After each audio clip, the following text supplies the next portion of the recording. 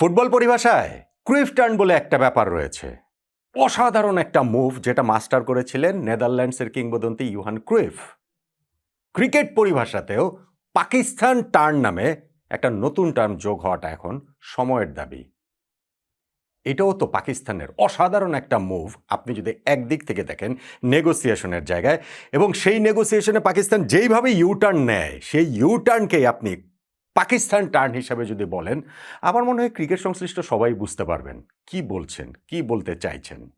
সেই জন্য বলছিলাম ক্রিকেট পরিভাষায় এই পাকিস্তান টার্নটাকে যোগ করাটা সময়ের দাবি। এই নিয়ে 3 বার তাদের ইউটার্নের হ্যাটট্রিক হয়ে গেল, বা পাকিস্তান টার্নের হ্যাটট্রিক হয়ে গেল। ভারতের বিপক্ষে টি-20 ওয়ার্ল্ড কাপের ম্যাচটা তারা যেইভাবে খেলছে সেই বাস্তবতার নিরিখে আমি বলছি।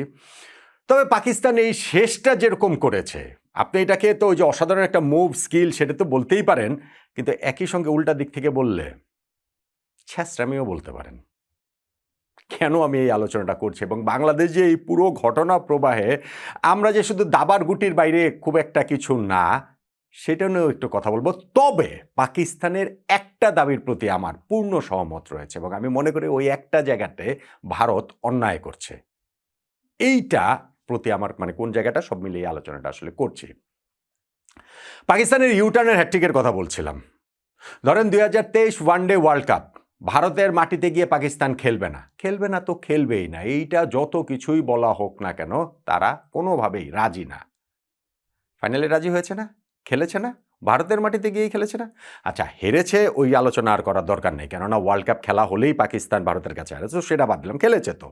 নাম্বার 1, হ্যাটট্রিকের সেকেন্ডটা এই এশিয়া কাপে সর্বশেষ হ্যান্ডশেক কাণ্ডের পর যে ইউএর বিপক্ষে ম্যাচে পাকিস্তান মাঠে নামবেই না, যাবেই না, হোটেলে বসে রয়েছে, আইসিসিকে তারা জানিয়ে দিচ্ছে, মিটিং করছে, তাদের প্রধানমন্ত্রী বলছে, এই অনেক নাটক টাটক করলো না, শেষে গিয়ে তো তারা ম্যাচটা খেলেছে না, আবার ওই ইউটার্ন নিয়েছে এবং পারফেক্ট হ্যাট্রিকের মতো। প্রথমটা যে ফুটবলে, আবার ফুটবল টার্মই বলছি, ফুটবলে পারফেক্ট হ্যাট্রিক হচ্ছে গিয়ে আপনি যদি ডান পায়ে গোল করেন, বাম পায়ে গোল করেন, হেড দিয়ে গোল করেন। সো এইখানটাতে হচ্ছে গিয়ে একটা ঘটনা ঘটেছে, তারা ভারতের মাটিতে খেলতে যাবে না 2023 ওয়ানডে ওয়ার্ল্ড কাপে, 2024 এশিয়া কাপে হয়েছে যে ইউএর বিপক্ষে ম্যাচ খেলবে না ওই ভারতের বিপক্ষে ম্যাচে হ্যান্ডশেক কাণ্ডের জের ধরে। আর এই 2026 সালে টি-20 ওয়ার্ল্ড কাপে এসে দাঁড়ালো যে বাংলাদেশের জন্য ভারতের বিপক্ষে ম্যাচ তারা খেলবে না। পারফেক্ট হ্যাট্রিকের মতো আর কি পাকিস্তানের পারফেক্ট ইউ টার্ন কিংবা পাকিস্তান টার্ন, সেইটারও শেষ পর্যন্ত সমাধান হয়েছে যে তারা ভারতের বিপক্ষে খেলবে। যা যা হয়েছে ওই যে এগুলো পুরাটাই নাটক, ওইটা পুরাটাই স্ক্রিপ্টেড। ভাই আমি বলছি, এখন বিভিন্ন গণমাধ্যমে, প্রথিতযশা গণমাধ্যমে আপনারা ওই নিউজ দেখছেন যে বাংলাদেশ ক্রিকেট বোর্ডকে পাকিস্তান ক্রিকেট বোর্ড এরকম একটা চিঠি লিখতে বলেছে, সেই চিঠিটা প্রেস রিলিজ আকারে দেওয়ার পরে 16 মিনিটের মধ্যে হচ্ছে গিয়ে আইসিসি মেল দিয়েছে, পাকিস্তান ক্রিকেট বোর্ড আবার পরবর্তীতে সেটা কনফার্ম করেছে যে তাদের এই ওয়ার্ল্ড কাপে ভারতের বিপক্ষে ম্যাচটা তারা খেলবে, বাংলাদেশের অনুরোধের প্রেক্ষিতে তারা খেলবে। তো পাকিস্তানের যে ইউটার্নের হ্যাট্রিক, তাদের দেশের স্বয়ং প্রধানমন্ত্রী তো ইউটার্নে মাস্টার, শাহবাজ শরীফ স্বয়ং তিনি বলছেন যে ভারতের বিপক্ষে ম্যাচ আমরা খেলবো না, অথচ সেই ম্যাচটা তারা খেলে ফেলেছেন। সো এই জায়গাটাতে তো আর আলাদা করে বলার কিছু রয়েছে বলে আমার মনে হয় না। শুধু ওই পাকিস্তান টার্ন এই শব্দটাকে ক্রিকেট পরিভাষায় যুক্ত করাটার কথাই আমি বলছিলাম। এবং এইটাকে আপনি একটি স্কিল বলতে পারেন।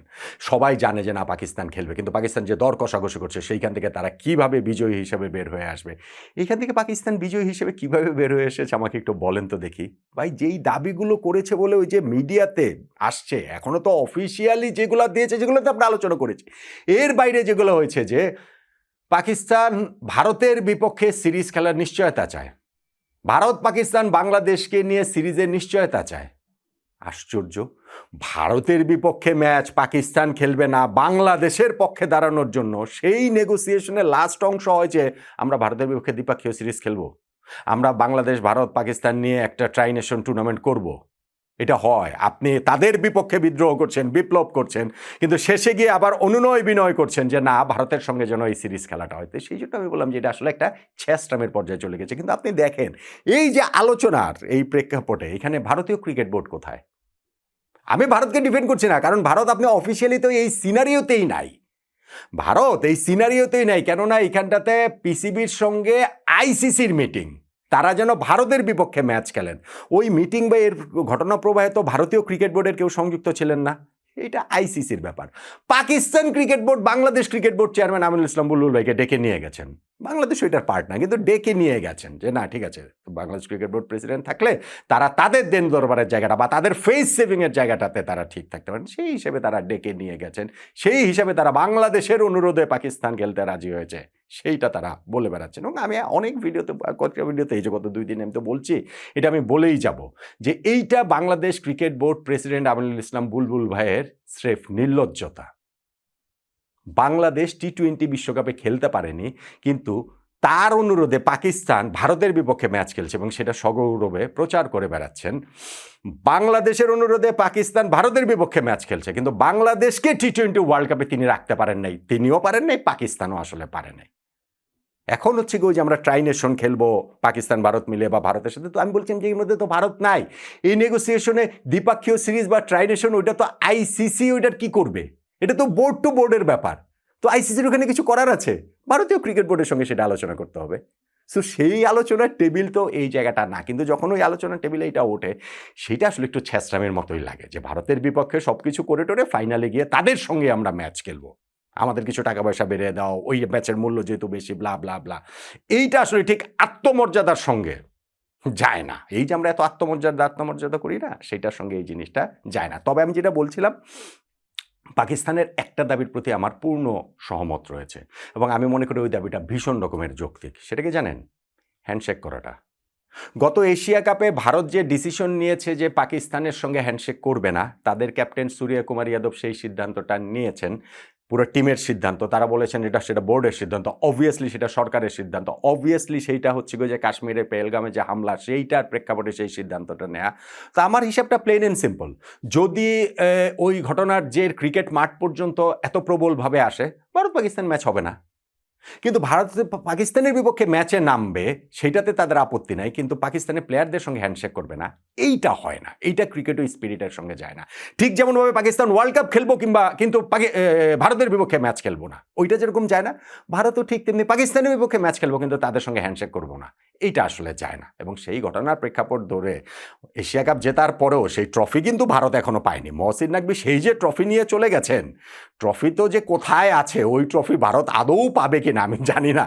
ভারতীয় ক্রিকেট বোর্ডের সঙ্গে পাকিস্তান ক্রিকেট বোর্ড যদি নেগোসিয়েশনে যুক্ত থাকতো, তাহলে নিশ্চিতভাবে তারা সেই ট্রফির দাবিটাও করতো। এবং মহসিন নাকভির কাছে সেটা একটা বিরাট ব্যাপার যে এশিয়া কাপের ট্রফি আমি দেইনি, কেননা ভারত তার হাত থেকে নিতে সেটা রিফিউজ করেছে। সো এই হ্যান্ডশেকের দাবিটা আমি সিরিয়াসলি মনে করি যৌক্তিক। এবং 15ই ফেব্রুয়ারি কলম্বোতে যেই ম্যাচটা হবে বলে ফ্রম দ্য ভেরি বিগিনিং আমি বলে আসছি, 17টা, 27টা, 57টা, 67টা ভিডিওতে 127 বার আলোচনাতে আমি বলেছি যে ভারত পাকিস্তান ম্যাচ হবে, এটা না হওয়ার কোনো অপশন নাই। পাকিস্তান এটা এফোর্ড করতে পারে না। তাদের কিভাবে একটু বিজয়ী ফিলিং দিয়ে এই জায়গাটাতে নিয়ে আসা যায়, সেটাই শুধুমাত্র সময়ের অপেক্ষা। এবং সেটাই আলটিমেটলি হয়েছে। পাকিস্তান ভাবছে তারা জিতেছে, বাংলাদেশকে তো আসলে বুঝিয়েই দিয়েছে বাংলাদেশ বিরাট জিতেছে, কেননা আমাদের ক্রিকেট বোর্ডের প্রেসিডেন্টের অনুরোধেই তো এটা আসলে হয়ে গিয়েছে। কিন্তু এখন 15ই ফেব্রুয়ারি ম্যাচটা যখন বাস্তবতা, এটা যখন হচ্ছেই, বাস্তবতা সবসময়ই ছিল, এখন যেটা সেটা অফিসিয়াল, সেই জায়গাটাতে আমি বলছি ভারতের অবশ্যই উচিত পাকিস্তানের ক্রিকেটারদের সঙ্গে ওই মাঠে হ্যান্ডশেক করা। কেননা আপনি যখন মাঠে খেলতে নামছেন, এইটাতে এত টাকা পয়সার বিষয় রয়েছে, এত কিছু করে আমরা ওয়ার্ল্ড কাপের একটা ম্যাচ খেলছি, তখন আপনি বলতে পারেন না যে না আমাদের রাজনৈতিক সিদ্ধান্ত, আমরা আসলে তাদের সঙ্গে হ্যান্ডশেক করবো না। সেইটা ক্রিকেট ও স্পিরিটের সঙ্গে যায় না, কোনোভাবেই যায় না। সো পাকিস্তান পুরো ঘটনা প্রবাহটাতে তাদের ওই যে ইউটার্নের হ্যাট্রিক, তাদের প্রধানমন্ত্রীর কথার পর্যন্ত কোনো মূল্য নাই, তার কথারও ইউটার্ন হয়, এইটা হচ্ছে গিয়ে ক্রুইফ টার্নের মতো পাকিস্তান টার্ন একটা টার্ম যোগ করা উচিত ক্রিকেটের পরিভাষায়। এত কিছু সব কিছু বলা সত্ত্বেও আমি মনে করি যে পাকিস্তানের এই নেগোসিয়েশন টেবিলে যদি এই আলোচনাটা আসুক বা না আসুক, যেভাবে জিনিসটা শেষ হয়েছে, আমি মনে করি যে পাকিস্তানের সঙ্গে অবশ্যই 15ই ফেব্রুয়ারি ম্যাচটাতে ভারতের ক্যাপ্টেন সহ তার পুরো দলের কোচিং স্টাফের সবারই আসলে হ্যান্ডশেক করাটা উচিত। পাকিস্তানের ওই একটা দাবির সঙ্গে আমার পূর্ণ সহমত রয়েছে। বাকিগুলা পাকিস্তান আসলে বাংলাদেশকে গুটি করে জাস্ট খেলে দিয়েছে, কিন্তু তাতে আমরাও নিজেদের বিজয়ী ভাবছি। আর পাকিস্তানও এখান থেকে যা পেয়েছে, সব আলোচনা শেষ করে এত কিছু করে টোরে যে ভারতের বিপক্ষে দ্বিপক্ষীয় সিরিজ, ট্রাইনেশন টেশন, ওগুলার কোনো নিশ্চয়তা পায়টাই নাই, কিন্তু তারপরেও তারা নিজেদেরকে বিজয়ী ভাবছে।